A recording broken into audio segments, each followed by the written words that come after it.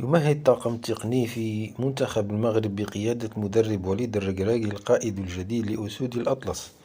مع اقتراب القائد رومان سايس مدافع الشباب السعودي من اعتزال دولي. ويزخر المنتخب المغربي بمجموعة من النجوم الكبار الذين يتألقون مع أندية أوروبية من المستوى الأول، ما يجعل اختيار القائد في كتيبة أسود الأطلس مسألة صعبة على المدرب.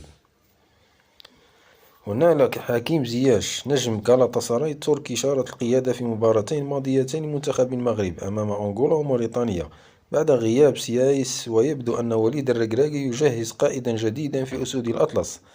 بعيدا عن زياش الذي يبقى من بين ألمع نجوم المنتخب المغربي. وأكد موقع